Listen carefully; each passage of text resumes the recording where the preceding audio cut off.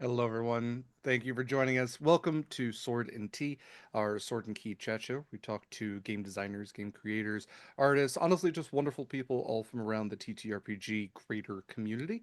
I am joined today by James Barry from Black Cats Gaming, as we are going to talk about Cursed Captains of Cthulhu, a new TTRPG from Black Cats Gaming, which is a mix of a lot of things we love around here: swashbuckling adventure, eldritch horror, high seas, nautical. Insert whatever you will here. I was going to say nonsense, but I think that might be some implications that you can play the game however you want. That's just how I play my games. Sword and Tea is a chat show where we just have a great time.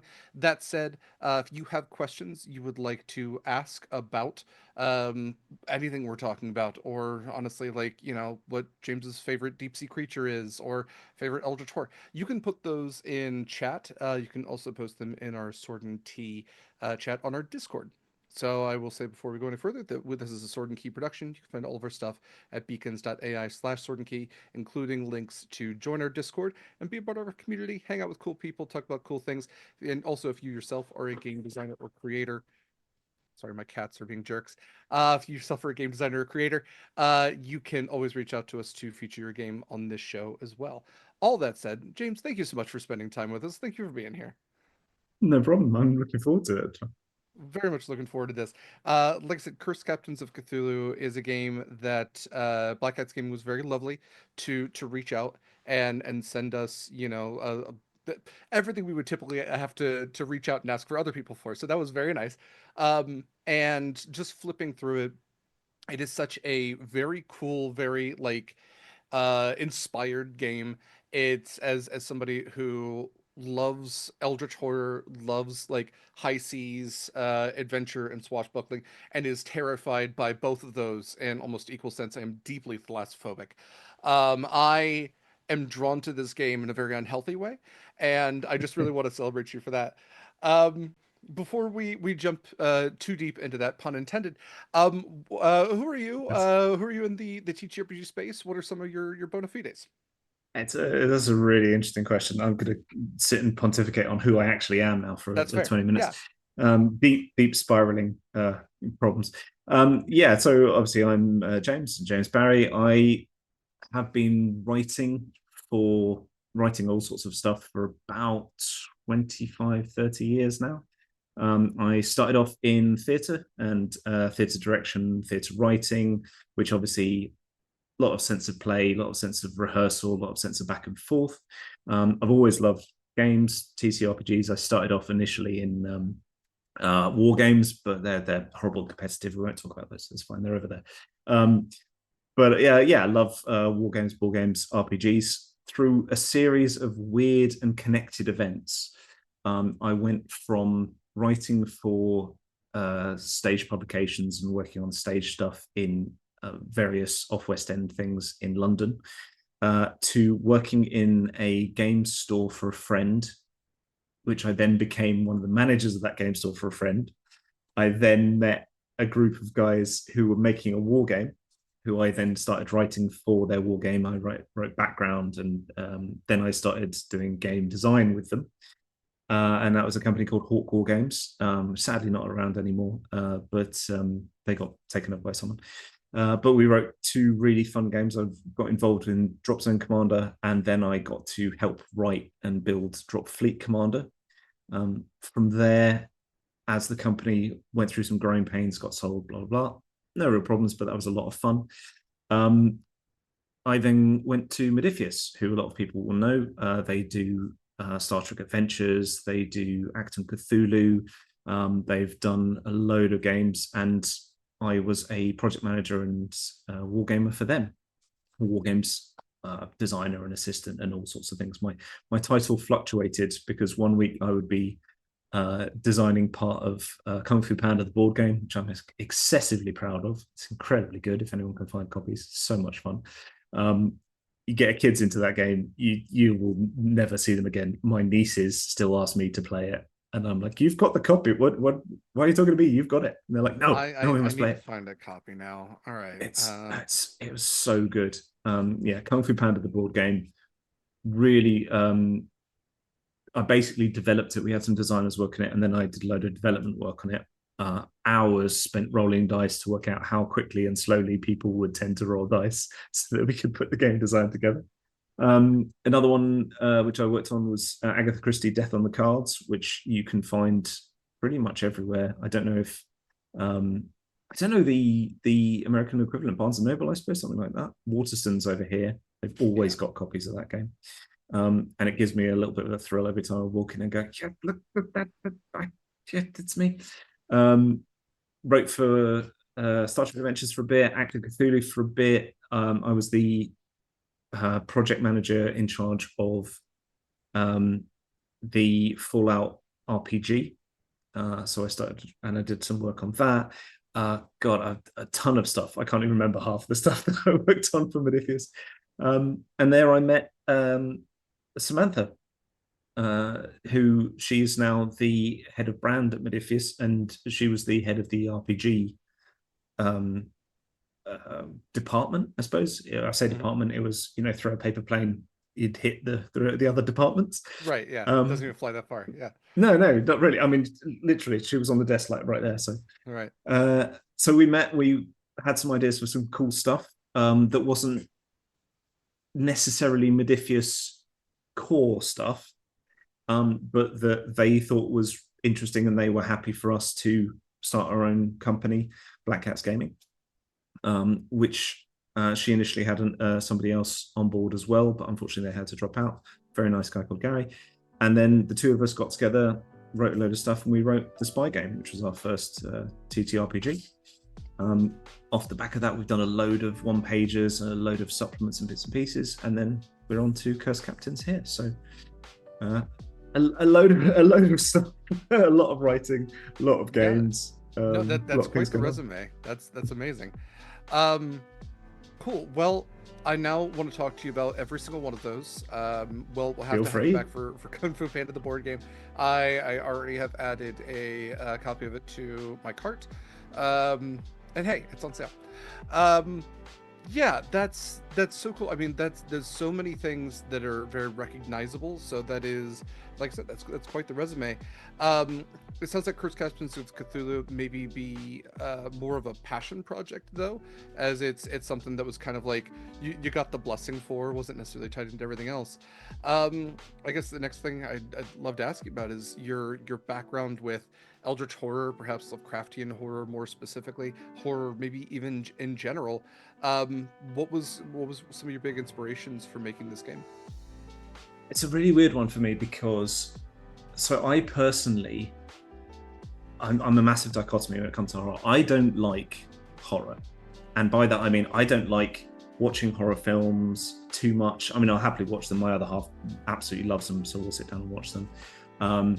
I've read an absolute ton of horror, but I don't tend to massively enjoy horror. I don't get that kick that other people get from being scared. And the problem with it is I seem to have quite a good talent for making up really, really horrific shit. I mean, we were talking just before we started about this, and I hope it bears repeating.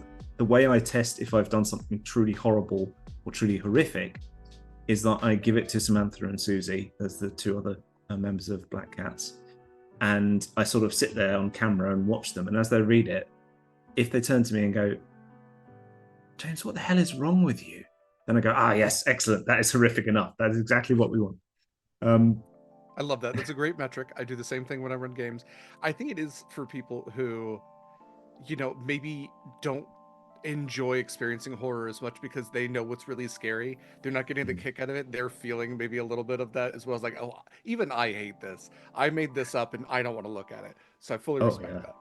Oh, massively.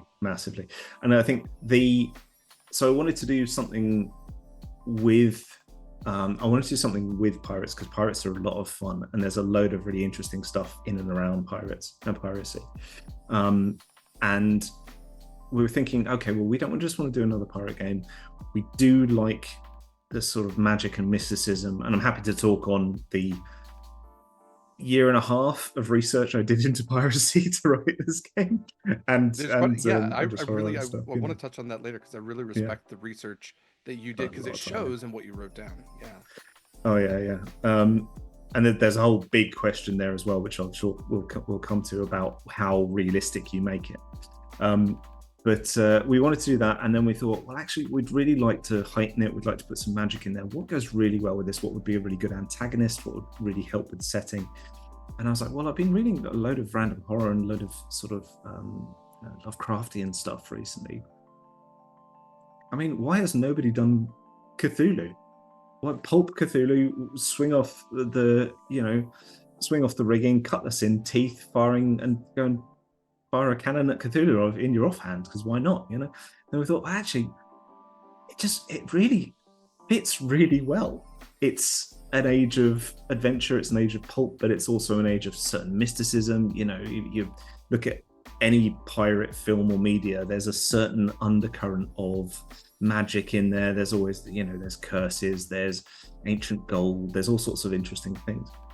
So we thought, actually, that'd be a really good matchup, and we'll put those two together and we'll see what we can create out of it. So yeah, I mean, cue me then rereading a load of Lovecraft and getting into it. What I found really hilarious in some ways about Lovecraft is the fact that there's sort of two uses for Lovecraft, right?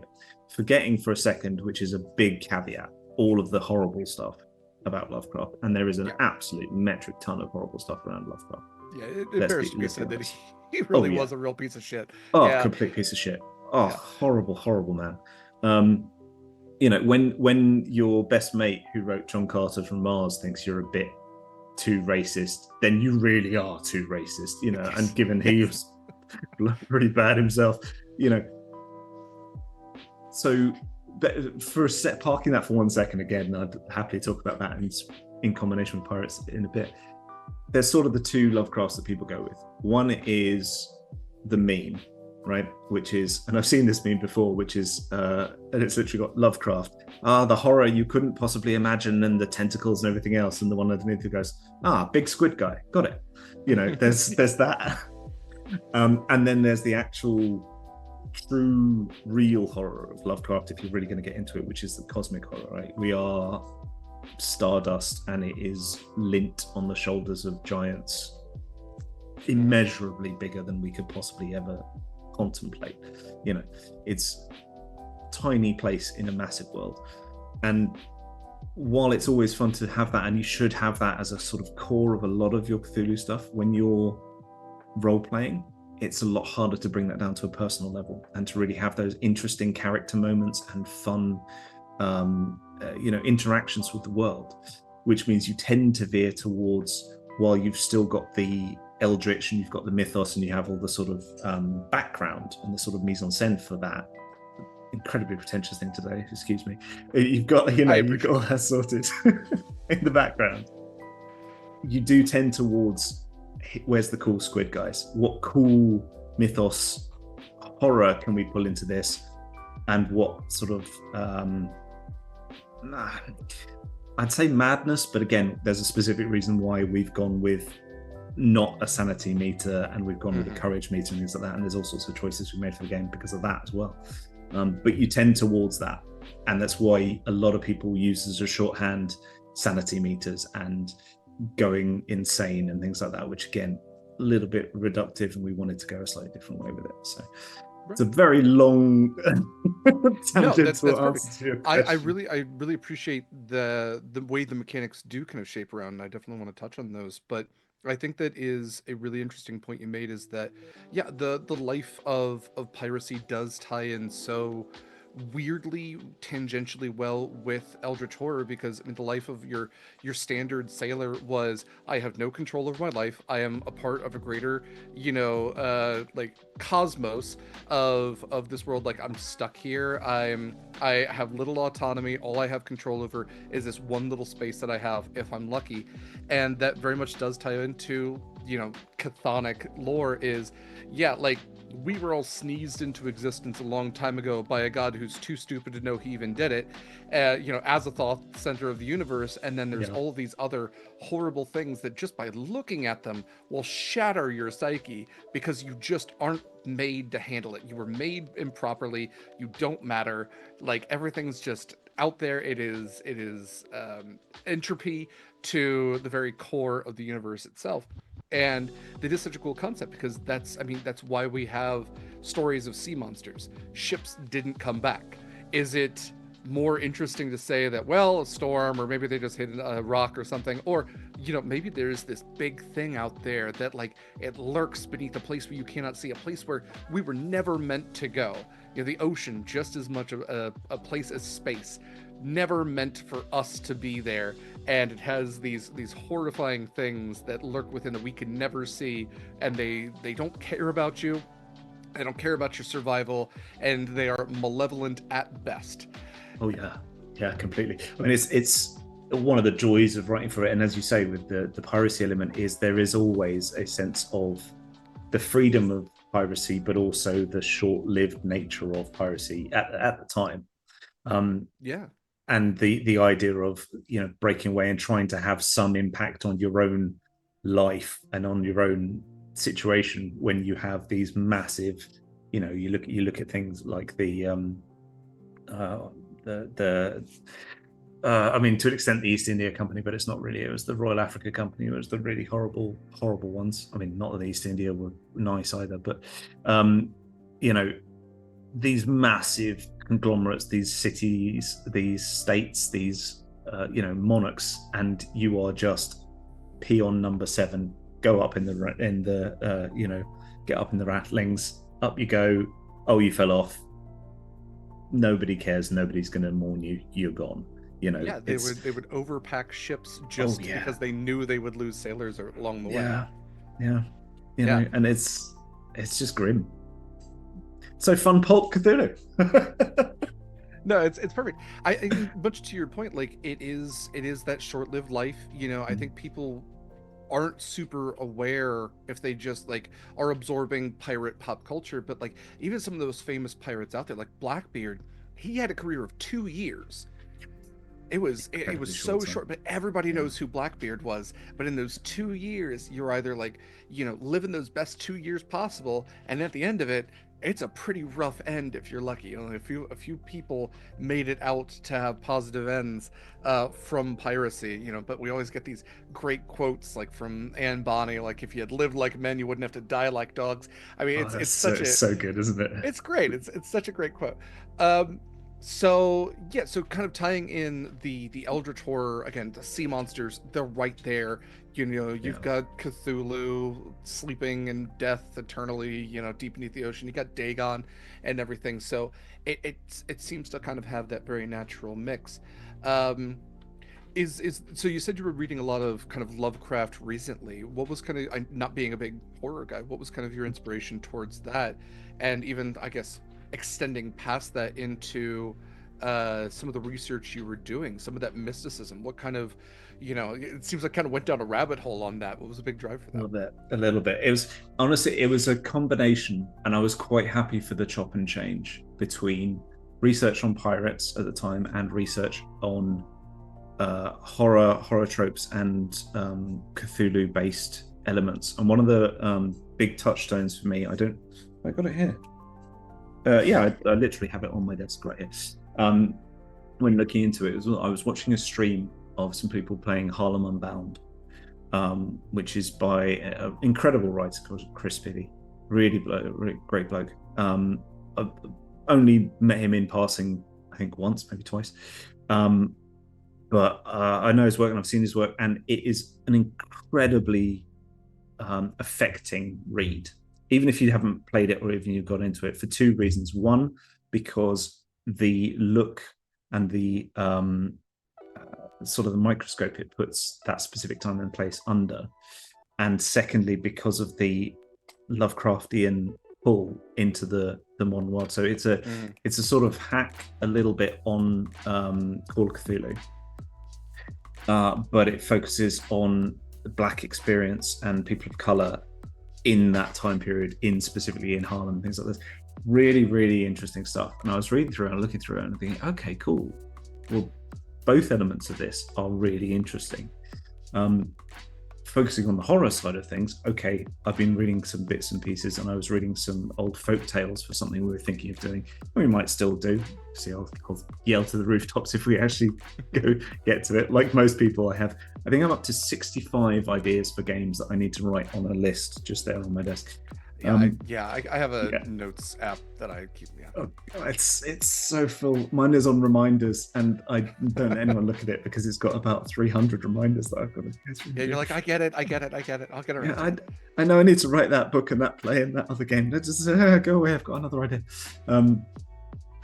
So it was sort of a basis on that, which then led me a bit to Harlem Unbound, and then reading this book of folk tales, and some of them being very affecting, very scary, even though they're written in sort of Middle English all the way through, and some of them being very the only way I can describe it or what encapsulates it is there's a game called The Movies, which you may have played. It's really old. You can't play it anymore, unfortunately. But there's a 1920s announcer in the background who keeps trying to tell these ghost stories. And he says, once I heard a knock on the door, and when I opened it, someone was there. Ooh. And you're like, what? And some of them are like that. Some of them are literally like, and then on the dark night, it was suddenly morning, and you're like, what? This is what? This is not a horror story. This is not even a ghost story. This is, meteorological charts. What's going on? It got slightly overcast. I mean, so that drew me into finding a lot of different ideas. And then as we thought about what the next game we were going to do was going to be, looking at some pirate stuff, as I say, and then looking into what we wanted to pair that with. Having started looking at some of this, I then went, right, okay, I know this much Lovecraft. I need to know this much Lovecraft, because if I'm going to write about it, there's two reasons. One, I need to make sure that we are out of copyright for anything that I use, and allude to other stuff, if so, which most of it now is out of copyright because it's 2025, and I think by 2027, almost all of Lovecraft is out. But any of the Lovecraft expanded universe, which people did after he died, and then there was a big upsurge of it in sort of 60s, 70s, and 80s. You've got to be very careful, because understandably, you don't want to use anyone's work without either reimbursing them, and you don't want to plagiarize. So there was some research there. But there was also the research of, okay, if I'm going to use characters or create characters, especially NPCs, and especially the cults that we wanted to use, and the world we wanted to set up, where there are cults sort of infesting the main powers and the main states in the old world in Europe, how do we link these? How am I going to make it feel fun and realistic? And, I'm going to need to know the background and what fits and what works. I need to not necessarily become an expert, but I need to become very well versed in it. Otherwise, people will go, you're a day player. You've walked along and gone, oh yeah, Cthulhu, I'll just smash that into this, and there we go. But, there's always the hyper fans that are ready to call you out for like missing one little thing. Yeah, 100%. But yeah, so that's how I got into that side of it, and then a load of research into pirates as well. Fantastic. I do agree with you on the Lovecraft stuff. It is foundational for a reason, but nobody wants to live in the foundations of a house. It is. It's a very good way of putting it. It's so much that everybody's built up, and it is very much like, it was so scary you can't even describe it. And it's like, well, try, just try. Like, it's not you're that writing hard. something. Come on, Howard. Get on it. Use your words, Howard. Come on, it's easy. You're professional, goddammit. Yeah, it's like getting Tolkien to write a battle scene. He hates it. Oh, he'd love to write a song. That's my favorite thing. Is I saw somebody be like, can you imagine if Tolkien watched War of the Rohirrim? Like, it's like, where are all the songs? Where's all the music? What is this? Where's an epic? I need an epic poem. Yeah, come on. Why are there so many women in this? Yeah, that's it. So I think this is a really cool game. I love the history of it, and kind of, again, segueing into the history of it. This, you do kind of honor in the book the real life history of the Caribbean and the people that lived within it, and the intense problematic nature now looking back on it that we have with our historical view. I really did want to express that. Like, safety tools, that's definitely something you have near as well. Always something that we appreciate seeing in a game, but especially games that do have, like you were saying, that history, that's tied in Cthulhu mythos, Lovecraftian mythos, inherently ties to the real world. Very rarely do you see Cthulhu in fantasy worlds. It's kind of a little bit in D&D, but more often than not, it's meant to be put in the real world, because the real horror of Lovecraft is not the monster, it's people. It's Yeah. people who will do terrible things, who are corrupted Yeah. by terrible things. It's never like Cthulhu's coming to get you. It's the people who have, sold their souls essentially to Cthulhu. And Dagon is the minor Yeah. villain, whereas the people of Innsmouth are the real monsters, and the fish people and everything else. And I appreciate you bringing up the Harlem game as well. We had one of our players in another game was featured in a game like that, and one of the ways I recently got back into Lovecraft was through Lovecraft Country, which I don't know if you've watched, but yeah, fantastic series, which definitely touches on racial violence, civil unrest, the civil rights era, post-war era where people of color are, second-class citizens in America, Yeah. and then also they have to deal with eldritch horrors, and it's just kind of like, Yeah. that's the best thing about the cosmic horrors, is like, hey, I have other problems, and now this is too Now much. I this can't as balance well. it. Yeah. Yeah. Yeah. So did you want to touch on that at all? I want to kind of leave that Yeah. open for No, you. completely. It was one of the first things that we did, which is we got as much as we could, because as I was talking about just before stream, obviously we are basically an indie, so we don't have vast amounts of money to spend on everything. Everything's pretty shoestring. Right. But one of the things we were keen on is certainly getting in for an initial discussion, some sensitivity, and we got a wonderful lady called Helen Gould in to do some sensitivity consultancy for me on the concept and where we're going to go with it. And we sat down after a couple of sessions, and she basically boiled it down really well. And it was what I was thinking anyway, but she boiled it down really well. And she said, look, either you can engage with this and it can be in the actual time period, and you can be date certain and date perfect on everything, and then put the mythos or the mythos, depending on how you want to. In that should be mythos, really, but anyway, depending on how you want to. My sister will get very annoyed with me if I say mythos, because she's a doctor of architectural history, and she's myths. Anyway, yeah, I have American Midwest accent, so I hear I have no accent. I'm never going to judge anybody for theirs. Like, say it however you want. I know what you mean. Well, again, I have to be very clear on that, because several of my closest friends and people I work with are from the north of England, and we have a very big divide when it comes to accents. We go round and around. It's great. Anyway, so she was saying you've either got to be effectively Dayton word perfect on this, or you have to set it in a world which itself is slightly fantastical. And both there's nothing wrong with either.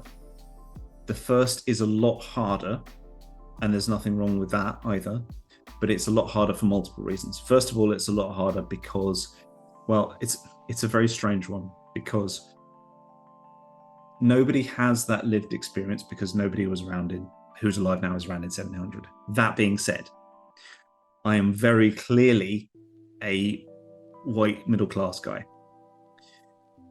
and my lived experience is that of a generic white middle-class guy. So speaking to that comes with a whole load of extra thought and sensitivity, which I was very keen to make sure I wanted to engage with, but also never seem like I was speaking for someone else or putting myself in a position where I would be. And the other thing there as well is, if you're running an RPG, and if you're running a pirate RPG, which is set in the time, there's another two parts to that. The first one is none of the famous pirates, very few of the famous pirates, actually intersect. golden age of piracy is 1690s to arguably 1615, 1617. Opinions differ, but when it ends. Right. But the overlap is actually, as you say, people like Blackbeard, 2-year period, some of them 1-year period, 6-month period, and they're very few of them actually overlap. So if you're going to do a pirate game, you want all of them together. You're kind of going to smush around the dates anyway. Secondly, in any RPG, I would like to hope, I don't know, some people play things differently, it's up to them, but I would like to hope that anyone who steps off their boat into Port Royal or into Kingston Harbour in 1712 and walks down the gangplank with a group of very cool, very friendly, but also very piratical, live for the next day people is going to take one look at their left at the slave market and go, we're not having that shit. And then instantly the entire game becomes about emancipation, which there is an absolute, I must be very clear, there's absolutely nothing wrong with. But that is not necessarily what this game is built to engage with, and it doesn't really have the grounding to be able to engage with it well. I certainly don't have the grounding to engage with that well. I've done a lot of research, but nowhere near as much as I'd like to do if that was the game I was going to write.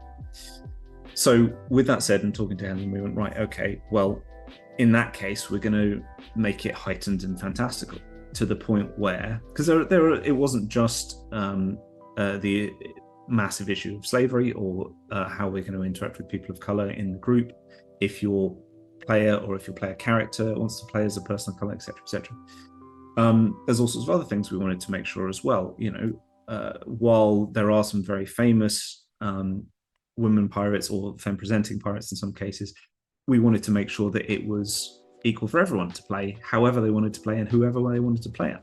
Sure. Similarly, we wanted to make sure it was a world where you could be, you could have a disability in some way, you could be differently abled, you could have all sorts of options, so you could play as who you wanted to play as. So we went, right, if we're going to make it pulp and we're going to put Cthulhu in it anyway, we're going to make it a slightly heightened world where everybody has that option. You can be whomever you want and you can play as whomever you want.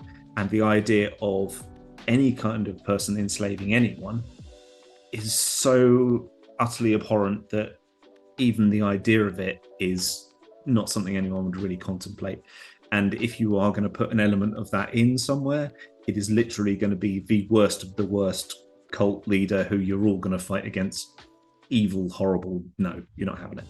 So with all of that said, obviously we've put in several moments and several caveats in the book describing that, one talking specifically to Lovecraft's racism and horrificness and several other moments, and the other talking about realism and pointing to some resources that people can look at, some things people can look at, Chris's book being one of them. And there were, I think there's 5 or 6 modern takes on the mythos and modern takes on some of the racism and ideas in the mythos, which I made sure I read, and they're also quoted in the book as well. And actually a couple of them, because I really love them, a couple of them have moments which also link into the book. There's one which is the guitar case of one of the characters in one of the books that I talk about, which has really good buffs and stuff that I put in as a little Easter egg, because we love doing Easter eggs. So yeah, there's a long diatribe on why we why we made sure that we weren't going to do it in the actual Caribbean as was, because it needs to be said. Again, Cthulhu is Lovecraftian Eldritch horror.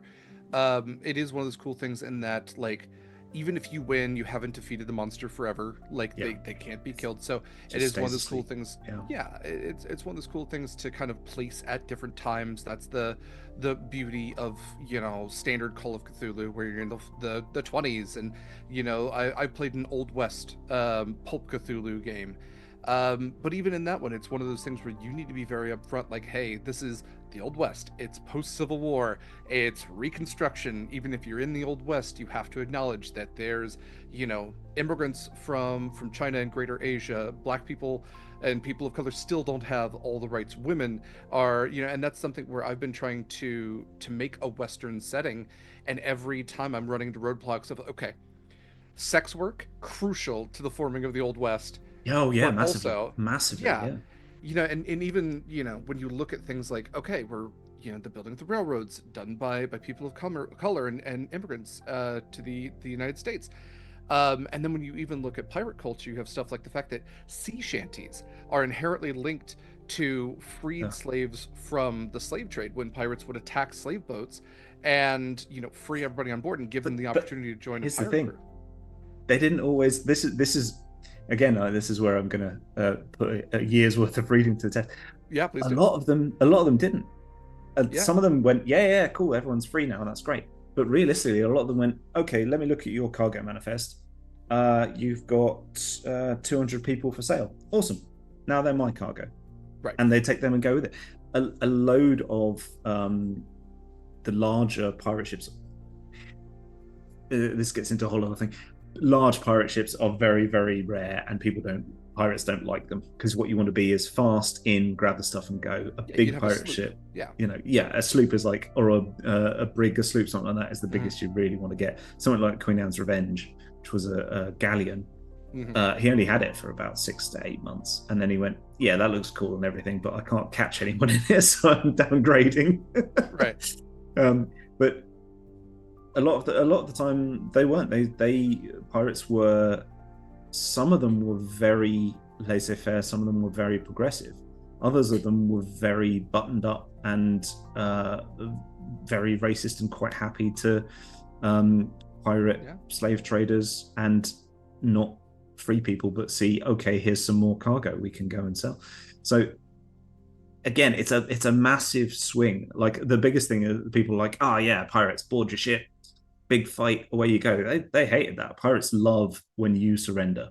They want you to surrender. They don't want to fight anybody. They're going to Yeah. steal, weirdly enough, they're going to steal your stores and your goods because there's no ports. So they need all your block and tackle and everything. And if you've got a carpenter, he's going to it's going to be suggested that he volunteer at Mm-hmm. the point of a cutlass. Yeah. And God there's a help you if you couple were of, the captain. That oh was the god, worst thing. yeah, Yeah.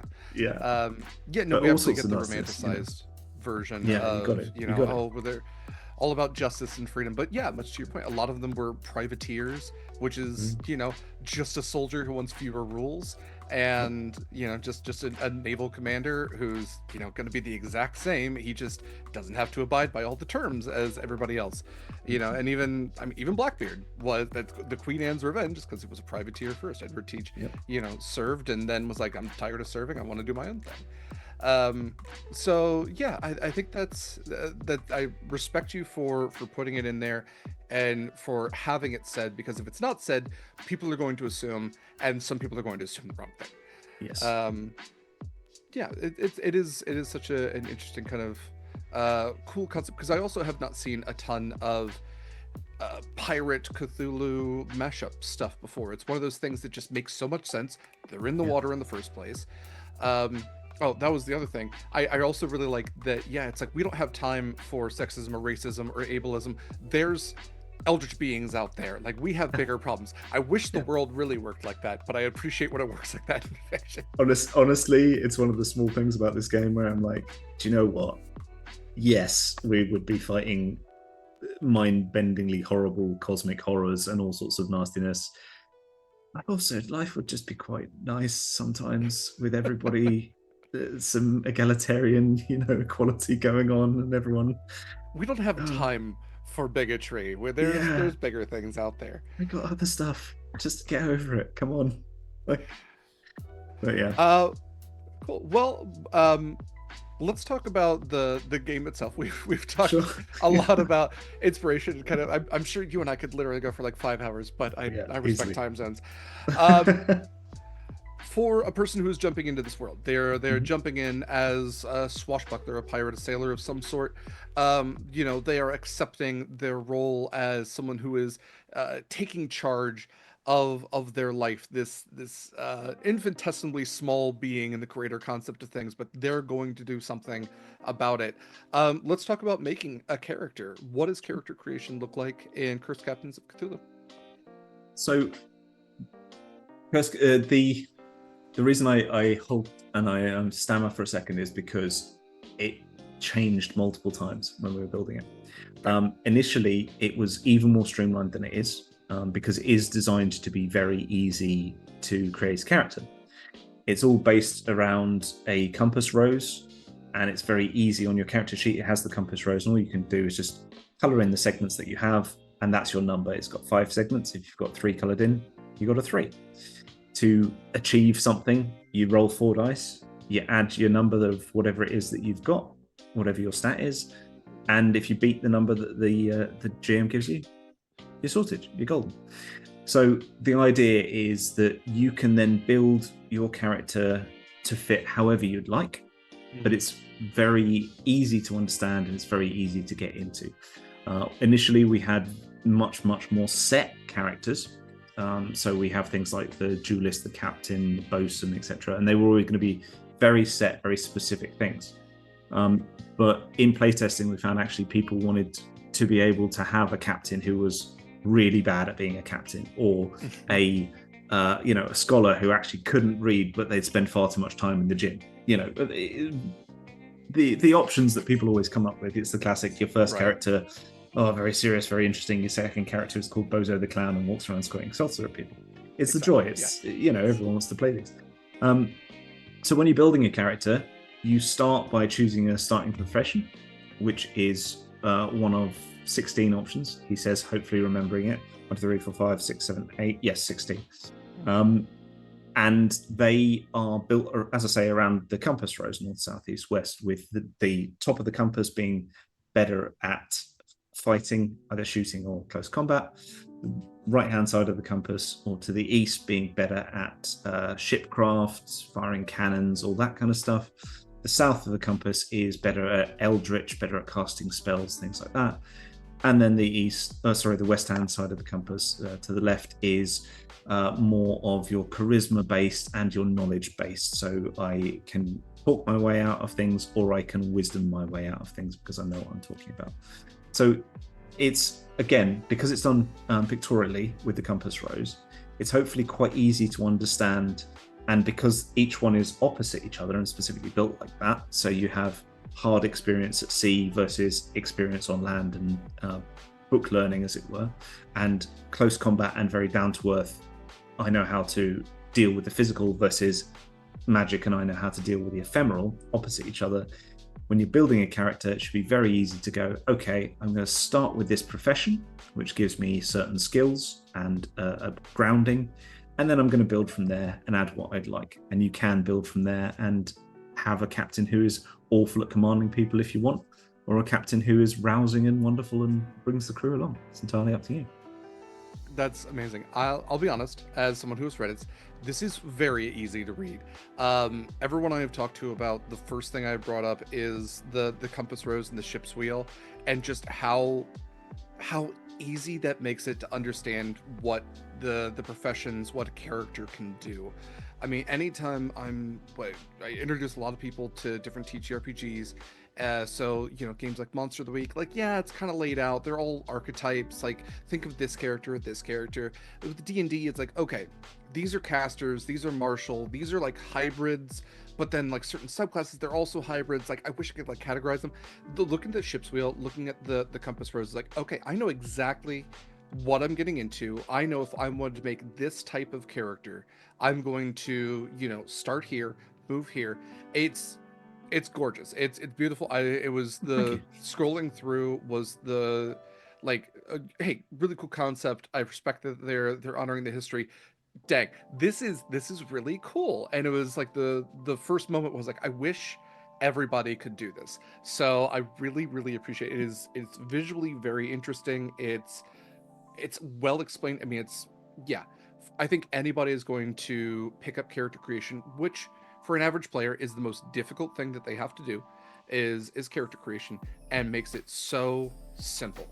And I absolutely love it. So yeah, absolutely, to your point. I mean, 16 options, which also at first you'd be like, choice paralysis, but the names, you know exactly what you're getting. You know what a brawler is going to do versus a musketeer or an exorcist, versus a bosun.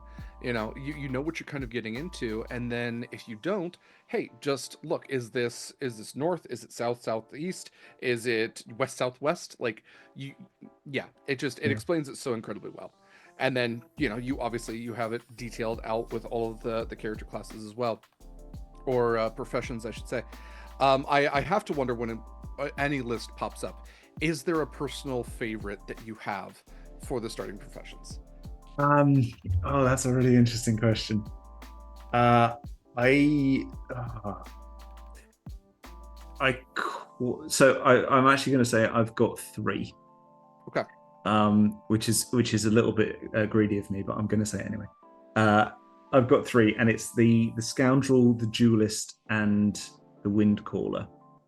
And Winkler is very cool. Yeah. the scoundrel I love because honestly, that's just purely from a design point of view. Because when I was making this, as I said, each um, starting profession also is almost, it's not exactly, but it's almost exactly the opposite on the compass rose. So the duelist is almost exactly opposite the wind caller. The soldier is almost exactly opposite the occultist in terms of if you want to go purely one or the other ways of playing. And in designing the compass rose and making them sort of blur into each other, so you could see, okay, this one is slightly better at shooting, now they're slightly better, now they're really good at shooting, now they're a mix, now they're more combat, now and making sure that it all went all the way around. Student to scoundrel and then to duelist was one of the ones where I was like, how am I going to make this work? Because I know that I've got a load of magic, and I know that scholarly magic, and that works really well for Lovecraft because Miskatonic University and everything else, and that's a big part of it. And then you go into, well, I also want sort of people to be a charisma character who's perhaps not so magical, and then a sort of assassin character, and rogues and assassins, there's a little crossover there.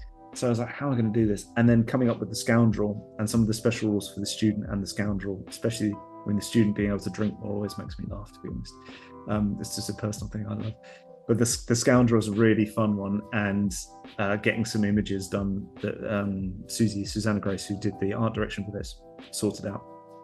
And they make me laugh and they make me very happy.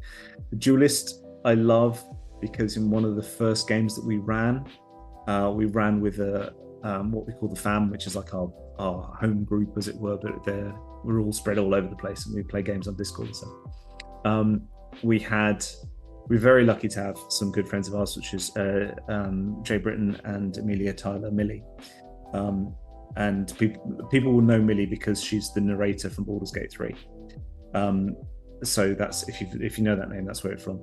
And she was a duelist, I believe, and she absolutely broke the game, and I loved it because she went, right, if I do this and this and this, I can fire twice and assassinate that guy by blowing his head off, right? And I was like, yeah. And she went, cool, smash, blam. And she just this image of, because she sort of described her character because it was a bit quick at herself as well, and just this image of Millie going with two pistols and just obliterating someone has meant the duelist has always got a soft spot for me. And the Windcaller as well, because it is that nice crossover of how am I going to get from being a great sailor into being magical and mystical, and going, actually, yeah, there's a really good Venn diagram there, which is somebody who is in touch with the seas, in touch with nature, in touch with how they're going to cast things, so they can both be a good sailor and a fairly good a magic wielder. And again, it worked really well because then when we were designing, or when I was designing the NPCs and the core Brethren Court and the sort of four main pirates, they actually fit also into the four sort of parts of the compass rose. One of them's a captain, one of them's basically a duelist, one of them's this more of a riven but sort of a seeker, and the other one's a wind caller. I So I really loved that when I was going through. I was like, they fit exactly on each of the compass I'm rose glad points. you like it. Very cool. It's really nice. Again, this is a massive. The whole thing. This is a massive ego boost for me because I put all these things in, and I hope people like them, and I hope people get the little, because there's a lot of sort of Swiss watch connectivity in a lot of the background of the design for this one. Mm-hmm. And on our brief, because we're very okay, we've got to have a starting brief, we've got to write it all down. On our brief for the game, that we wrote out, one of the things was it has to be really simple to get into, simple to create a character, and then you have to have quite a lot of choice after that for what you want to do, which is where we have the all the skills, and you can build however you want. I have a massive spreadsheet with all of that in. Well, yeah, absolutely. I respect all the background stuff. I know a lot of work goes into it. I hope that you leave here just glowing and like write whatever you need to write next, so you get it off your reminders list and just like have that energy to go forward. Like that's my It's ultimate amazing. goal I here. love it. It's literally making me go, yes, yes, more things. James, I think this is a good time for us to take our break. Sure. So stick around, folks. We'll be back in about 10-ish minutes.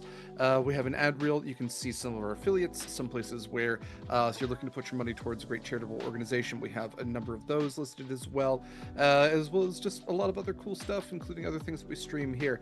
So stick around. We will be back shortly. When we come back, I'm going to ask James about his favorite Lovecraftian monster. So just to prepare him with that. We'll be back. Hello, everyone. Welcome back to Sword and Tea, the game designer, creator, artist chat show here, right here on Sword and Tea. Sword and Key, they rhyme for a reason. I'm Derek Sword. I use he, him pronouns. I'm joined by James Berry from Black Cat Games as we are discussing Cursed Captains of Cthulhu, a game which I think will inspire many people on this channel alone, but hopefully if you're not already a member of our community, it inspires you as well. I asked a question right before we left to kind of give you time to think about it.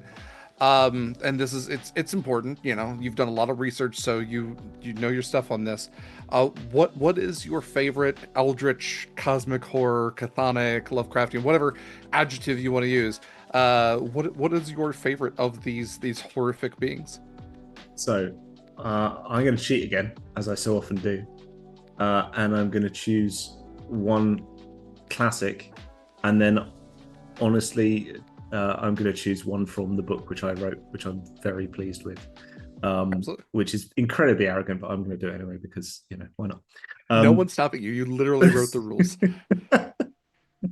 So the classic is it sounds a bit vanilla, but weirdly it is Nyarlathotep, because the story where he's it's sort of semi-introduced or not, and the idea of how mesmeric it is, and the idea of linking it in with technology, and there's this idea of there's a screen show and then he's there and then you get put under the spell and everything else, and just by doing it you're already there.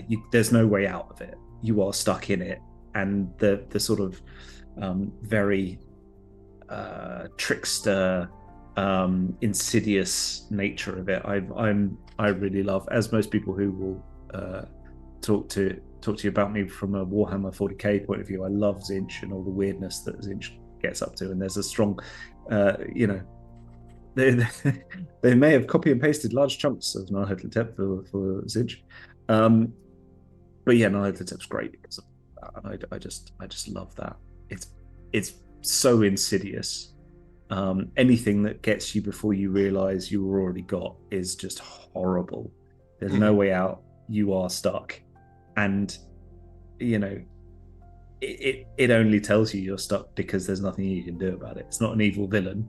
You are there. You're stuck. You're done. It's just point of fact. Like, it's not even rubbing it as point of fact. Yeah, shapeshifter. I love that he's a trickster even to other eldritch beings. Oh, he's yeah, like playing his own game. Yeah, it absolutely fantastic pick. I absolutely agree with you on that one.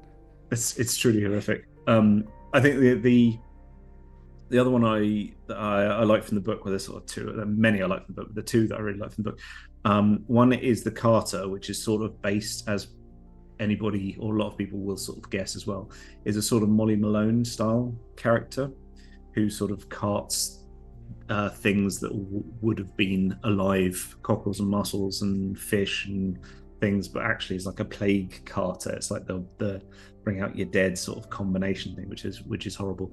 But the one I like best is the Angler Men, who are sort of hooded figures who have a lantern and only appear when it's dark and raining, and offer to, with gestures only, effectively offer to sort of shepherd people either through the woods or past the lighthouse or across the rocks to make sure they're safe. But it's only when you look up close that they don't really have a head or a face, they've just got teeth. And that the lamp that they've got is literally just part of them. And it's literally like an anglerfish that sort of crawled out of the deep ocean to then guide people onto slippery surfaces and rocks. And then later, if you look down, you can see that there's several anglerfish feasting off what they've left at the bottom. And then they go and find That's someone really else. incredible. That's really cool. Horrible Typically and we don't horrific, have isn't it? content warnings for our Sword and NT chats. They're Oh, we probably typically a should do. lot more Sorry. benign. No, no, you're fine. They're in chat. We're talking Good. about chthonic monsters. It goes without saying that there is like eldritch horror and teeth and tentacles and all sorts of variety of things you don't want to be anywhere near. And like the unearthliness of octopuses, that they're like the most genetically alien things on the earth. That was actually something I thought had mentioned earlier that was interesting. Is the whole concept we have of Cthulhu is kind of misshapen, because like you were saying, there's two versions of Cthulhu. There's the horrifying eldritch unknowable thing, and then there's the Squid Dragon Man. And like the Squid Dragon Man is just what Lovecraft thought was scary, but his concept of Cthulhu was like, it's whatever the scariest thing to you is going to be. To him, octopuses were really scary and weird, and you mix it with a dragon and guy, I guess, a little bit, and you get like the thing that's scary to him. But Cthulhu would appear different to everybody else. So I really appreciate like the shapeshifter nature and the anglerfish, the fact that it always has to tie back to the ocean a little bit, because to Lovecraft, and I agree with him on this point alone, the ocean is deeply, deeply terrifying and is full of things that don't care about you, and it's an Side note on inhospitable, that, horrible place. 100%, 100%. And a Yeah. side note on that is, you think, I mean, you mentioned that you're thalassophobic yourself. How bad would it be if the person we asked to art direct this was thalassophobic? Which she is, and I felt really bad because we're asking her to create these like deep sea underwater, and I'm going, cool. Here's the mirror board and the Pinterest board with all the things, and it's deep oceans and trenches and she's like, yep, that's cool, yep. But she knows what's scary. Like she will make She the does, art that's yeah. No, actually, and she she's does a really great great. job. She's absolutely Real quick, wonderful job. if you want to shout out the artist that you used. Yeah, so we used the art director is Susanna Grace, and then we've got a whole load of artists that we used, which were absolutely wonderful bunch. I'm literally going to list them off here. We've got Hannah Baker, Christina Binnen, Daniel English, Jonathan Fernandez, Toby Fox, Susanna Grace, Rebecca. Oh God, I can't read it because it's weird font. Yeah, there it is. Rebecca Grimmer, Zach Keedy, Florence Lindhoff, Lynn Nakasone, and Jake Winnick. Apologies if I've mispronounced any of those. Some of those people we knew already, some of those people Susie looked for and found.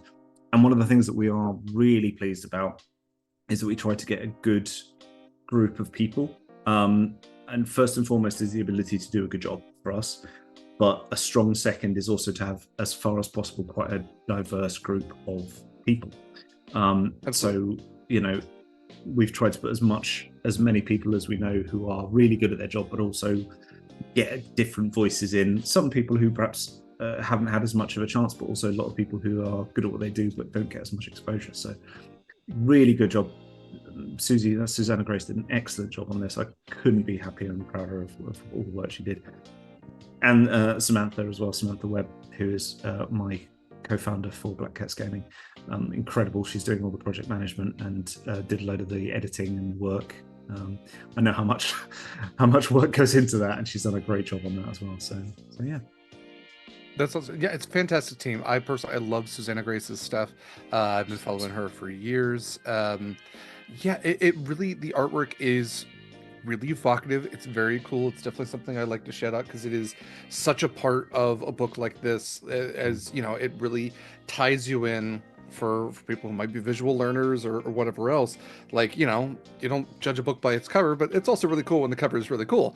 So yeah, and it is, I mean, the artwork is beautiful.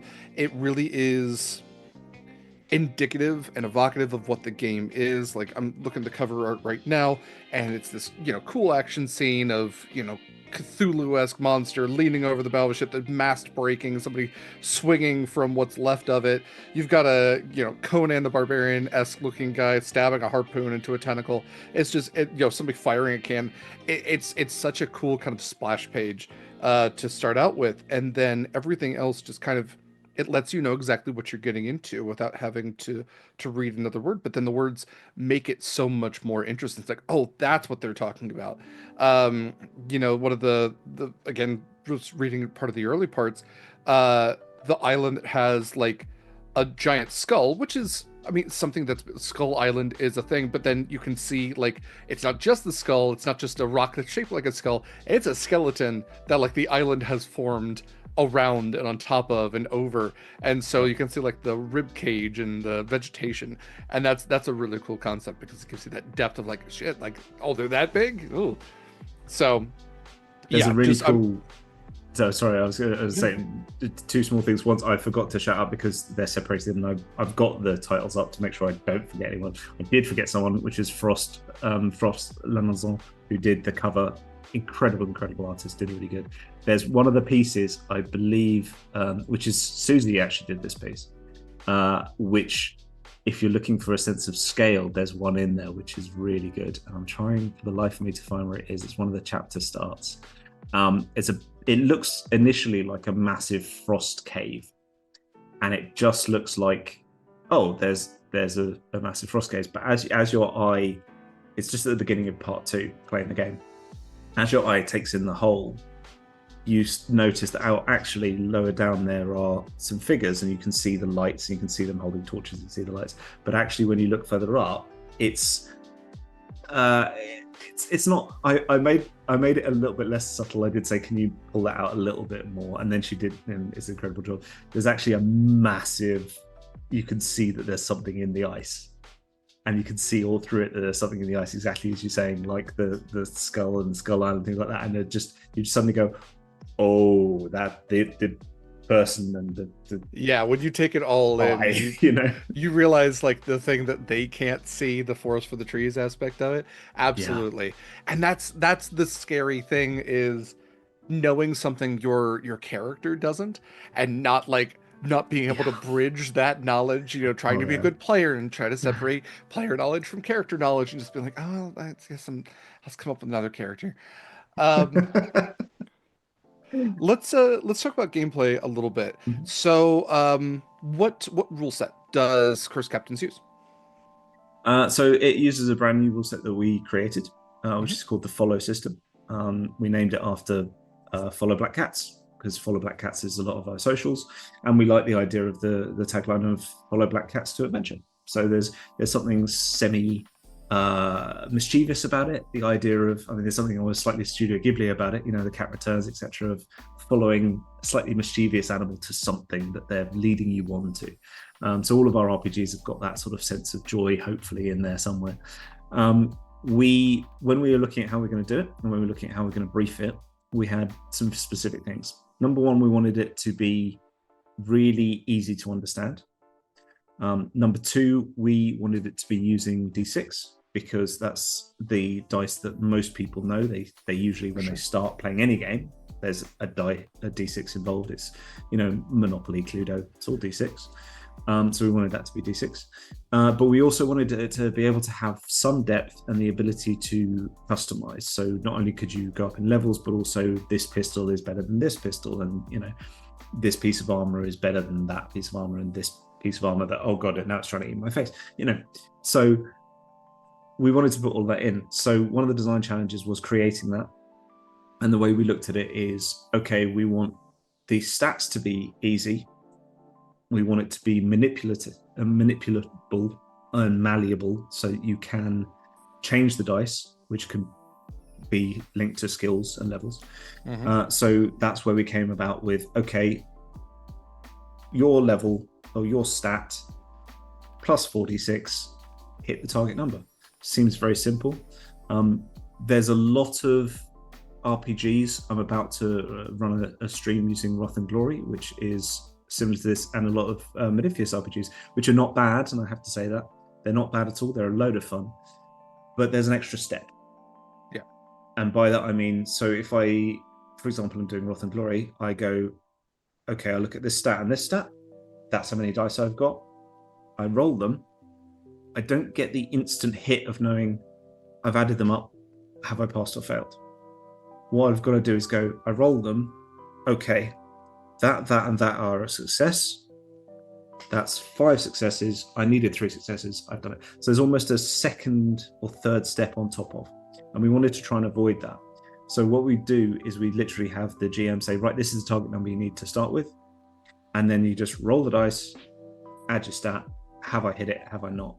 So it's not that complex, but also has some ability for you to change. I can add stuff because of this. I can twist that dice because of that, etc.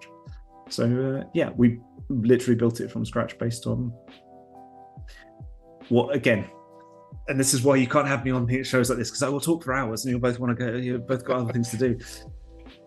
I'm very keen on in any creative endeavor giving yourself boundaries, because the worst thing in the world, be it doing art direction, writing something, designing something, is go, here's a blank piece of paper, go. And you go, oh my, what, like, you can't judge what you want and whether you seem to have achieved it. You can't have aims that you need to hit. I love having a canvas be however big the canvas is. This is your canvas, and here are your paints. There you go. You can still get incredibly creative, but I've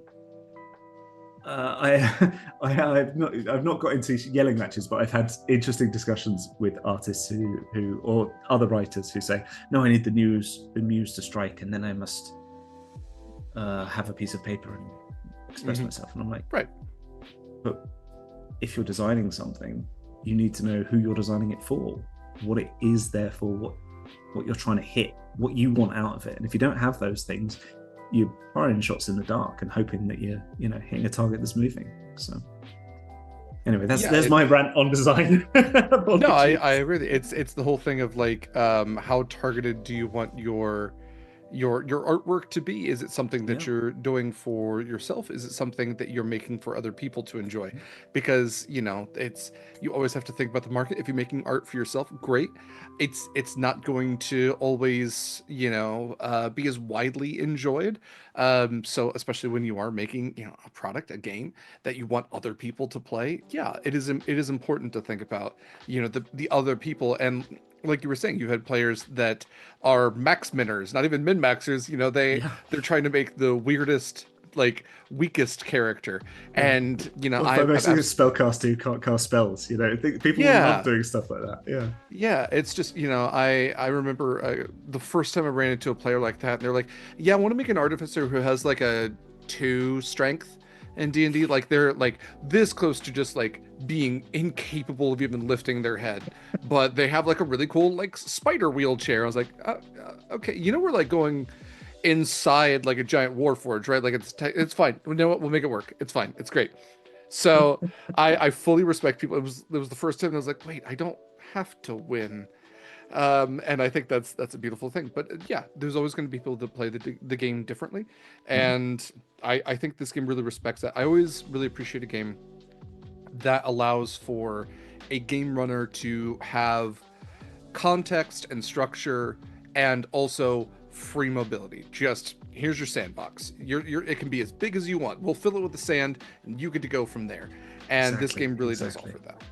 I mean, we've got it in this. We wrote it for the spy game, and it's in multiple other things as well.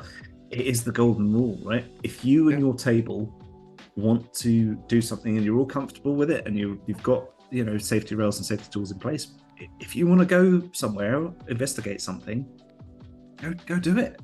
As long as everyone is having fun and you're all safe, have fun with it. It's if a rule's, what's the classic? If a rule's getting in the way, get rid of the rule. Play the game. Yeah, the rule needs to be the thing that moves, not you. Yeah, absolutely. Exactly that. Yeah, fun is always the ultimate goal. Speaking of fun, you have some really cool weapons. Someone who appreciates some really cool weapons. The equipment list on here is just fantastic. I mean, it's the standard stuff of weapons and armor and clothing. It goes more into that food, alcohol, tinctures, curios, talismans. Is there anything that like, so people could probably expect your standard flintlocks, blunderbusses, your boarding axes, cudgels, all that kind of stuff. What's some of Yep. the stuff that might be new to eldritch swashbuckling for them? So as you say, pardon me, the usuals are all there. You've got your tridents, whips, etc. You've got all that, and your usual hand cannons, pistols, all that kind of stuff. The fun eldritch stuff tends to come about with either how you can customize any of those weapons, Mm-hmm. or some of the weird and exotic weapons that you can then enjoy or use. A lot of the things like talismans and curios, they're one of them is everybody can use, and the other one can only be used by casters. So it gives you a very clear definition. One bonus is up or does interesting things to people who can cast magic, and one are protective or defensive in some way that everyone could use to try and keep them separate. So those elements are very much sort of mystical and a part of that world anyway. The stuff that can really make your specific weapon is a lot of the crafting. So we put a lot of crafting in there. You Mm-hmm. can upgrade your weapon with runes. You can have different materials which will do different things, cause poison on people. One of them uses sort of an algae to make bioluminescence, so you can That fire was on really people cool. and almost do tracing stuff, which is fun. And then quality. Quality is a really fun one for GMs that I really should point out as well. Is the fact that obviously you've got, I'll make it +1, I'll make it +2, I'll make it, and we've gone up with sort of standard, fine, silvered, and golden as the things you could do for quality.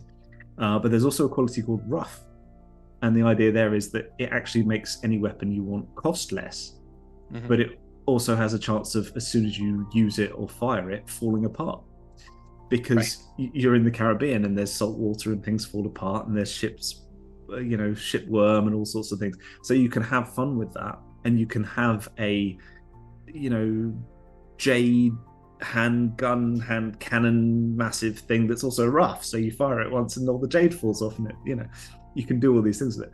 So we wanted to give people the ability to do all of that kind of things. They can also do that with their ships, but obviously I would imagine we'll talk about that later. But there's all the kind of things you would expect. The weapon attachments also give you that. So there's an element of, I want to do this cool fun thing.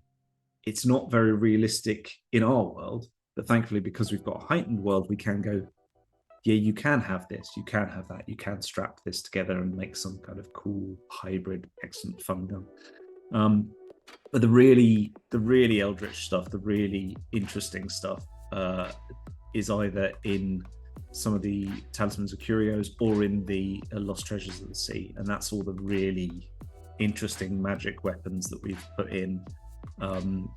That if you get one in your first game and you're level 1, your GM is messing with you and something big is going to come and eat your face. Right. Because they are very good. Although most of them are very good. Some of them are wonderful in jokes from testers, and we still put them in because they're really fun and they're really interesting. Some of them are just wonderfully horrific or do all sorts of nasty stuff. And some of them are just things like, well, we put a Migo charring lance in there because it's sort of part of the world, and we wanted that to be a part of something else. So I love yeah, that. there's I tons of stuff. really love that the crafting is very much a like fight fire with fire sort of thing. Like, okay, Yeah, we killed this deep one, and let's use the bits and pieces of it to like improve our weapons. Like yeah, we're like you were saying, we're out at sea, stuff breaks. You're gonna use whatever's around. You can't source a lot unless you're going to an island, yeah. and Lord help you with that, whatever's on that island. So you're going to use whatever's readily available. And yeah, the magic items are super cool as well. The eldritch things, the lost treasures of the sea. Again, for any list, is there any one of those that you're like particularly proud of, that you have a special favoritism or connection to for the lost treasures? See, now you're making me look through them. I could sit I know, and it's that it's a long list. That's also it's something is so much work has been put into this that like yeah, this is a full game. It is something that it's a could lot, make yeah. full campaigns. There's so much to this, and it's so cool, and it's so inspiring to a game runner such as myself.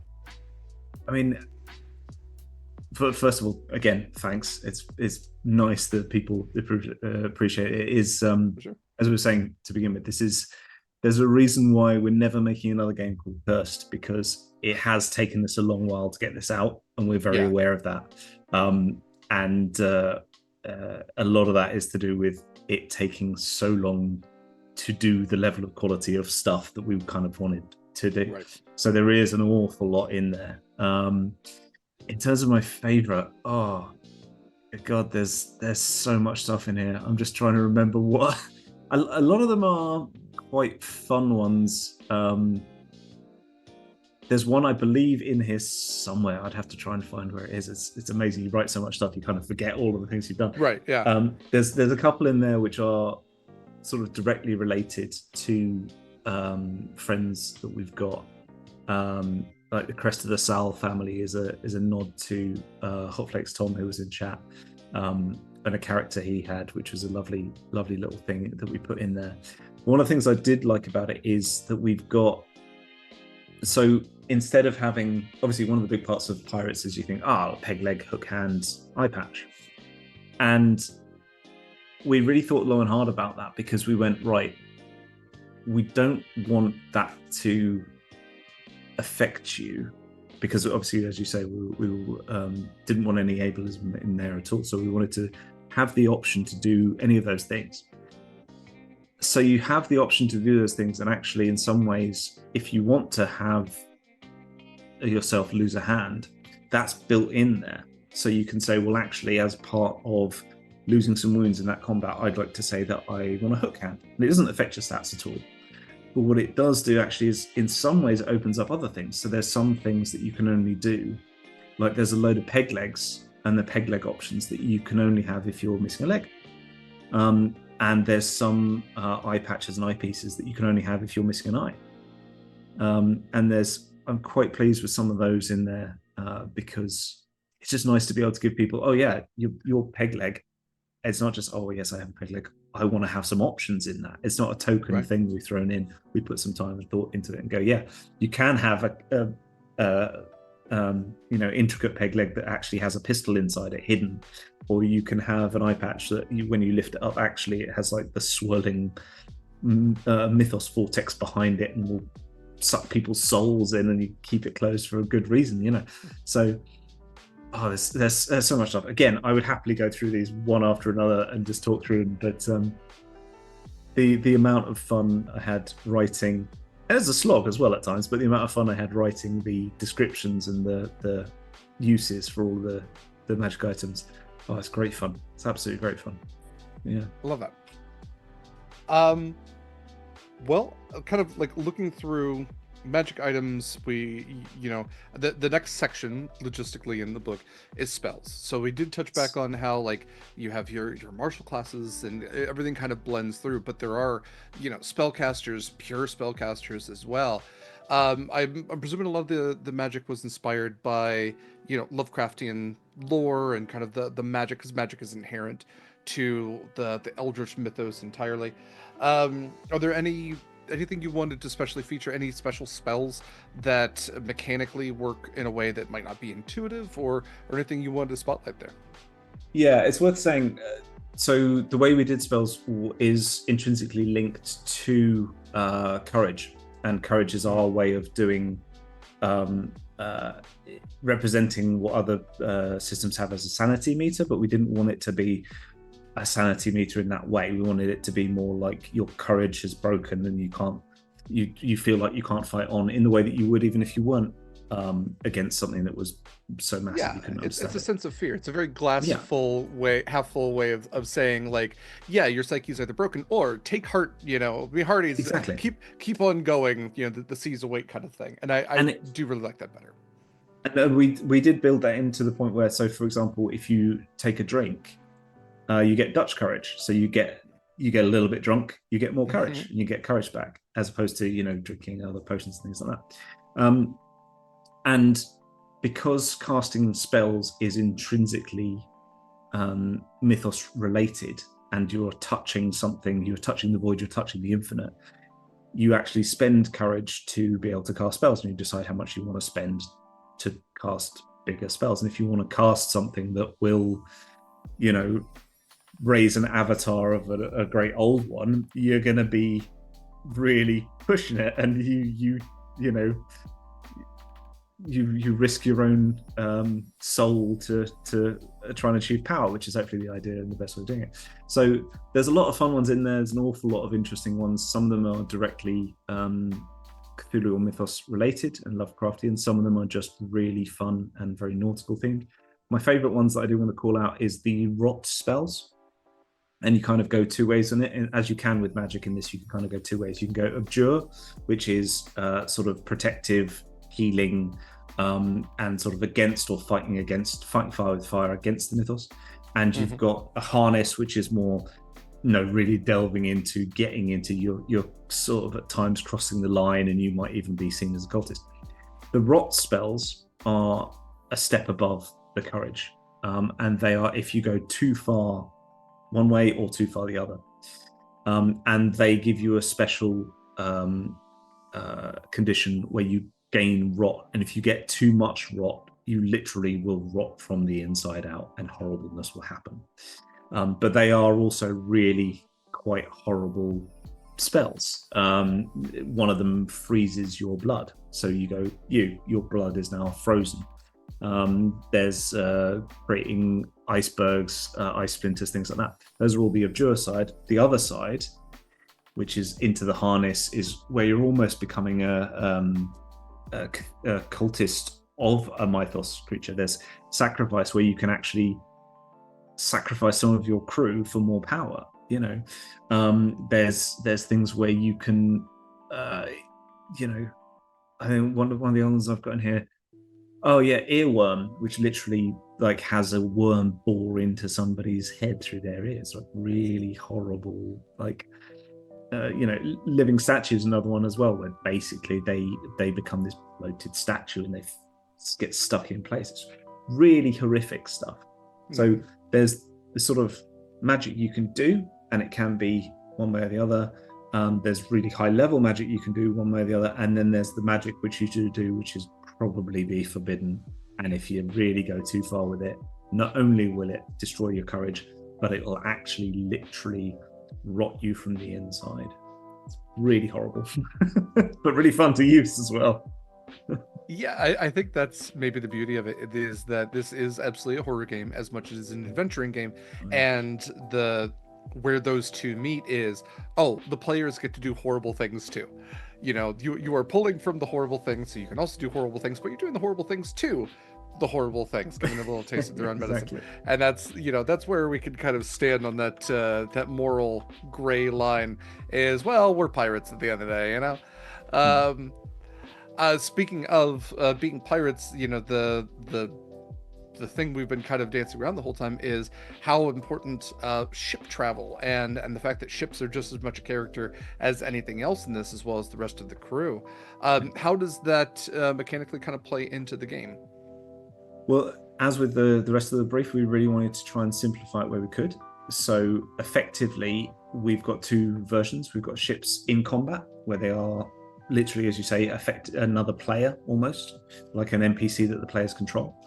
And then you have ships out of combat. Ships out of combat, they basically, depending on your ship and how fast it is and how good it is, give you a timing for how long it will take you to get from place to place. A bit like if a GM was to say, okay, well, you're traveling from this town to this town, there may be a random encounter, but they'll describe the scene and then tell you, actually, you get there and it's fine. One way or the other, or something may happen. Same with ships. We didn't want it to be, right, you must count every sail and every headwind and now get your sextant out and really go for it. We wanted to try and simplify it. So that's the two sides. In combat, your ship literally is dependent on the size of your ship and how good your crew are. And your crew are sort of a Gestalt joint NPC, which you can then spend to do things with your ship. You can fire the cannons. Your crew are always slightly worse than you are. So if you're really good at firing the cannons, you can like gun captain effectively and make them better. You can lead boarding actions and you'll kill 3 or 4 people to your crew, maybe killing 2 or 3, depending on your stats and things like that. But we wanted it to be scalable so that you could play it at small levels and medium and large levels. As you get to really big, we're the equivalent of level 20 characters, we're well-known pirate lords. But also it had to be able to not just be ship to ship, but also be able to go, oh, there is an avatar of Cthulhu over there. Well, we have got all these cannons, would be a shame to waste them. So you've got to have that interaction and be able to do both. And hopefully we've managed it. But yeah, it does get a little bit more statsy, but they're all very clearly listed. And we've also got a character sheet that the entire table uses for the ship. So it's very easy to understand and at a glance kind of thing. Yeah, honestly, I might actually introduce that for we have a 4 or 5 year ongoing nautical game that is D&D set, but managing a crew as a GM where every one of my players went, I don't want to be in charge of anything. We're just along for the ride. It's kind of like, well, here's 30 NPCs that I now need to name and give some of them are just faceless. You don't talk to them. So I really do appreciate kind of having that ability to manage that, because that is something that doesn't come as intuitively. You're basically HR at that point for your whole ship, making sure everybody gets paid. So I do really like, though, that you have, kind of touching on that, included, stat blocks for so many amazing things. So many monsters and creatures and animals and people, but also ships as well, and kind of given some archetypes for some ships, like, hey, this is one you might encounter. This is who's in charge. This is what you can kind of expect from it. So I really think it's it's a what am I going to say? It is very, very detailed. There is so much to this book. There's choice paralysis, I think, again, is one of those things that people might come across, but I think it's also abated a lot by the fact that selections are more easily made. It is categorized well. It is detailed well. Like, you're going to have a lot of options, but you're going to be able to narrow those down really quickly. And again, like, ship travel, ship combat, all an absolute, like, interesting mechanic, very cool mechanic, typically something that isn't built into games. So the fact that you kind of built a rule set around this also speaks to the ease to a lot of it as well. So I just really want to shout that out. It's one of those things. I was just going to, as an aside, is we wanted to make sure that you can do all that if you want, and you can go to the depth of level that you want. But as you say, not everyone has a name for a member of your crew, so that GMs don't go absolutely insane trying to list Bob and Fred 2 and Fred 7 and Bob the 3rd, and everyone goes, oh, not Bob the 3rd, they died. Because it's always Boblin the Goblin that they fall in love with, isn't it? Right. But also there's a whole section for GMs in there as well when it comes to things like building ships and how to manage things and stuff like that to make life easier for them, because building NPCs, building ships, especially in a new system, can always be tough. And you can always ignore it. There's a load of advice in there for saying, look, do you know what? If you want to tack that on later, once you're more used to playing the game, have people adventure on an island for a bit. There's huge islands you can have a load of fun with. Just do land stuff for a bit and make the ship stuff. And now we've moved to the next island. It's, as I say, golden rule. Make sure everyone's having fun, including the GM. Yeah. Absolutely agree with you on that.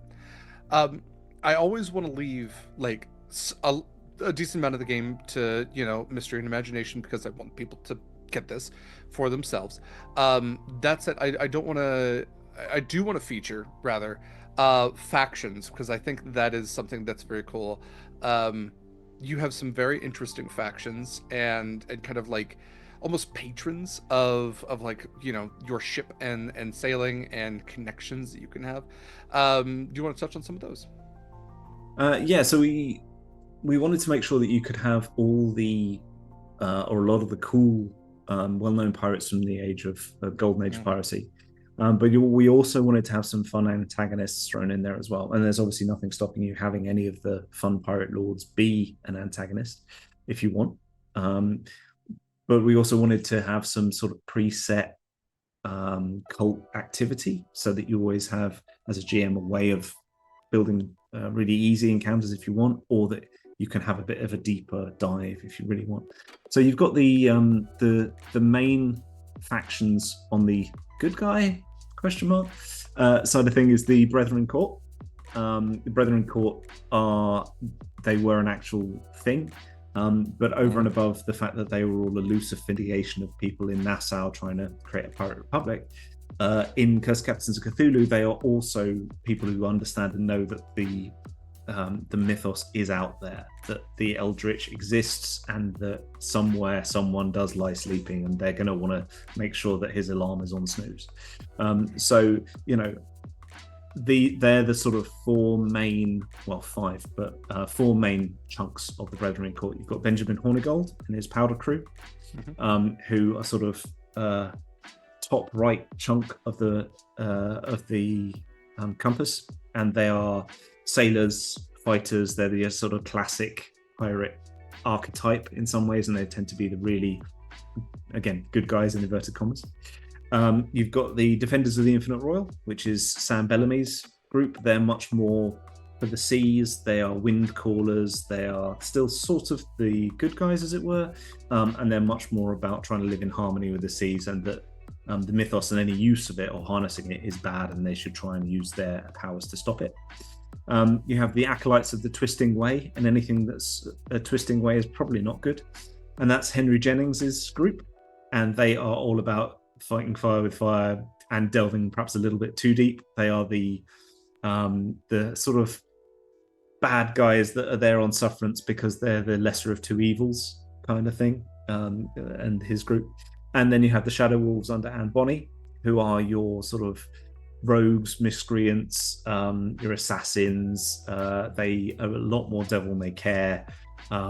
Again, a little bit of mythos in there, but mostly about fighting from a sneaky point of view, whereas Hornigold's much more out in the open. More of a, if there were a police force for pirates, that's what they would be, but they're not anywhere like that. Yeah. And then last but not least, you've got Blackbeard, who's the leader of the Brethren Court, who's keeping all the factions going because he's the one saying, look, there's something bigger out there that we've got to fight. Stop worrying so much about gold. Okay, maybe a little bit of gold, but realistically, let's fight the big thing out there. So Yeah, absolutely herding cats. yeah, Yeah, it's a bunch of libertarians all trying to like figure out stuff, and yeah, nobody wants to vote, nobody wants to pay taxes. Yeah, I think the factions are really cool, and I think that factions can sometimes in some games be very heavy, but I think to this game they add more to the world and a lot of flavor to it, as well as having those connections to real historical people and kind of yeah. pulling on the stories from them. I think a lot of pirate media out there, whether you're talking about the Assassin's Creed, was that Black Flag? There's Black Black Flag flag. and Black Yeah, Sails, and I always get them mixed up.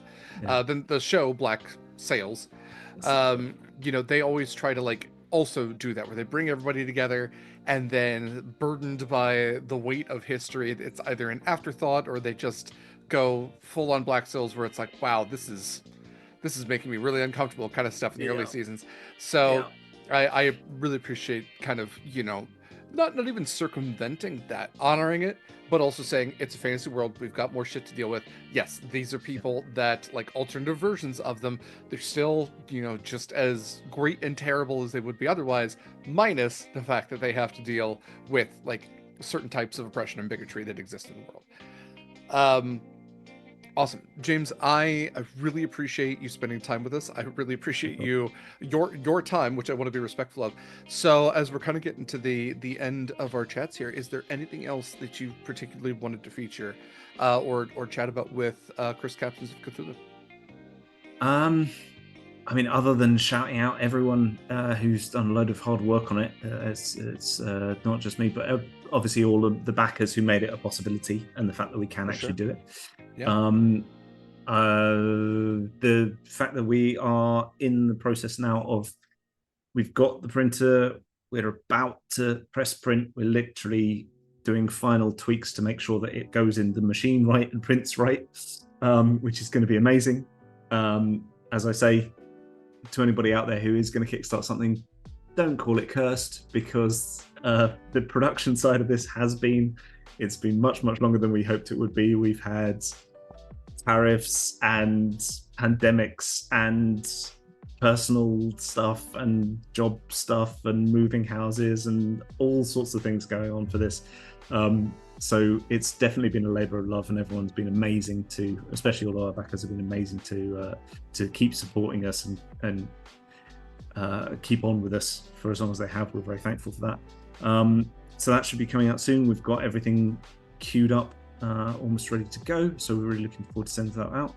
Apart from that, we're just looking forward to playing some more games, having people play some games and have fun. Yeah, that's pretty much it. I'd also, obviously, as we're wrapping up, thank you very much for having me on. As you can probably tell, I can speak for England, not for England, but you know what I mean. And I love talking TTRPGs about everything, not just this, for hours on end. It's great stuff. So yeah, please do shut me up, because I will carry on. No, you're fine. Like I said, I try to be very respectful of other time zones. You know, it's something we have to take into account a lot here. So I figure we all need to sleep at some point. I do want to say that Curse Captains of Cthulhu still has late pledges that can be placed on Kickstarter.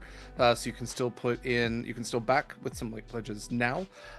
Just Cursed Captains of Cthulhu, just in case you forget. The L comes before the H. So I always forget.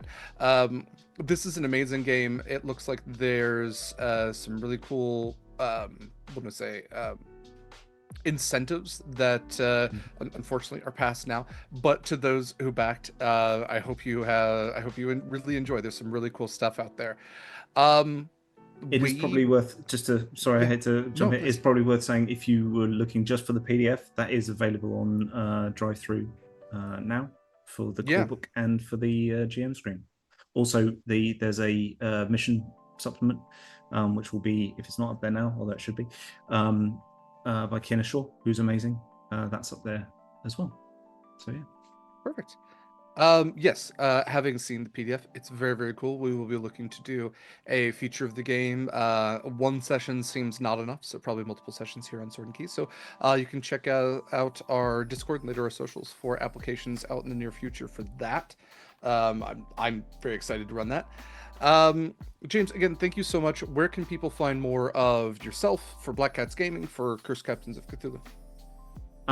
The best place to find anything is follow Black Cats and on all of the Black Cats Gaming media and socials. We've got Discord, like everyone. It's very easy to find. Again, Black Cats Gaming.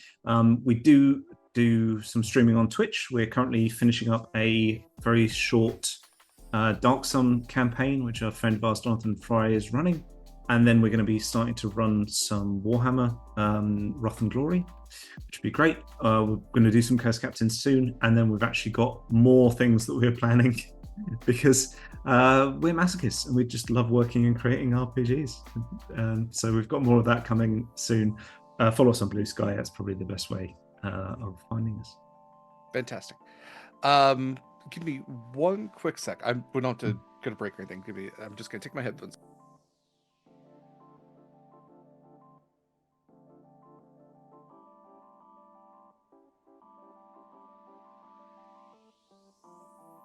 Oh.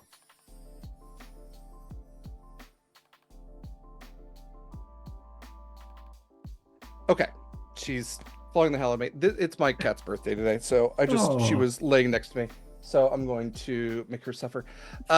So happy birthday to Ida, the first Sword and Key cat. She has Cute. learned helplessness. Thank you to James. Thank you to Black Cats Gaming for sharing Cursed Captains of Cthulhu with us. Please check the game out. Back it on Kickstarter. Check out Drive Through RPG to get a PDF copy and to get the jam screen for yourself. Yeah, we're gonna wrap up. So I really appreciate the game feature again. Really appreciate your time. Yeah, do yourself a favor, everybody. Get yourself a copy. This is a game with a new rule set, fantastic world building that ties into real world pirate history. We love nautical adventure. We love nautical horror around here. The sea is terrifying. Go explore it. Um, for Sword and Key, I am Derek Sword, as he, him pronouns. I've been your host for this. We will have more Sword and Teas, rather, in the future with other game designers, creators, artists, all sorts of wonderful folks. We look forward to when we can have James back for other games or even other folks from Black Cats Gaming. Um, and yeah, you can find all of Sword and Key stuff at beacons.ai/Sword and Key. You can find our socials right now. That's Instagram and Twitter. You can join our Discord, and that's where applications go out first and be a part of our community. Hang out, have talk about games like Cursed Captains of Cthulhu, or video games, your pets, or whatever else. You can also see our affiliates. We are affiliates with a number of fantastic companies like Long Dog Dice. If you're looking to get some custom dice, especially for an Eldritch Horror game, Jen has some fantastic stuff out there, and you can even order some custom dice if nothing there is exactly what you're looking for, is kind of just close to what you're looking for. We're affiliates with Hit Point Press, makers of Humblewood, Islands of Siena Una, animated spell cards, Griffin Saddlebag books, tons and tons of stuff at Hit Point Press, and you can use our custom affiliate link if you're going to make some purchases over there. And we're also affiliates with Eldritch Foundry. They make custom ttrpg minis, no matter how weird and wild your character might be. So check out, again, beacons.ai/Sword and Key for all of those discount codes and links. And if you're looking to put money towards a good cause, you can check out some of our charitable organizations like Canine Companions for Independence, Palestine Children's Relief Fund, or Fauna and Flora International. All that and more, including links to our podcast Monster Crush, which is a podcast to do with my friend LD. Very topically, we talk about cryptids, creatures, and miscellaneous monsters from myth and how smoochable they are.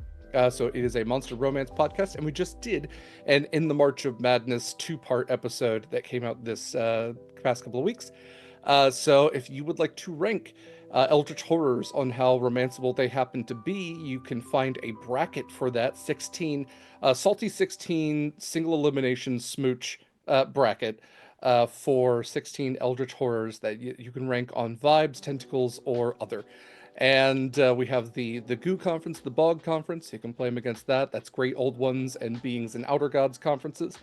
So check out Monster Crush wherever podcasts are found. And again, all that and more on beacons.ai/Sword and Key. Thank you so much for spending time with us. Thank you for spending some cozy and yet horrifying time. It's some of my favorite combinations of things. So until next time, we hopefully see you sooner rather than later. Please take care of yourselves and others. And thank you so much. We'll look forward to the next Sword and Tea.